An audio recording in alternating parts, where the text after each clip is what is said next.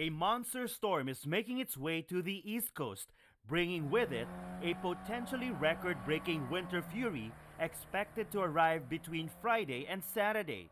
Winter Storm Jonas is bringing ice and hail to the southern states that will turn into heavy snow as it moves towards the northern East Coast states. Weather experts say about 75 million people may be impacted in the storm's path.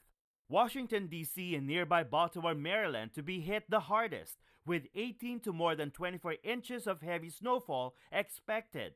We see this as a major storm.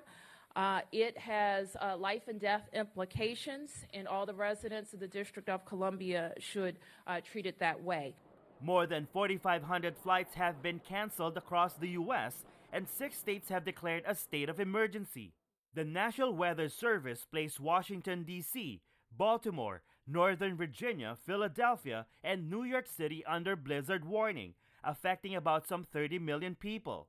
And the most important thing is for the people of New York City to recognize Saturday and Sunday, don't go anywhere. Don't assume you're going to be traveling. Stay indoors. Some Filipinos in New Jersey are bracing for a fierce winter storm weekend, stocking up on food and emergency supplies as blizzard warnings go into effect from 4 a.m. Saturday to noon on Sunday. We have to be prepared and follow whatever the news and get more information is much better. So ano yung mga iniipon mo for? We bottled water.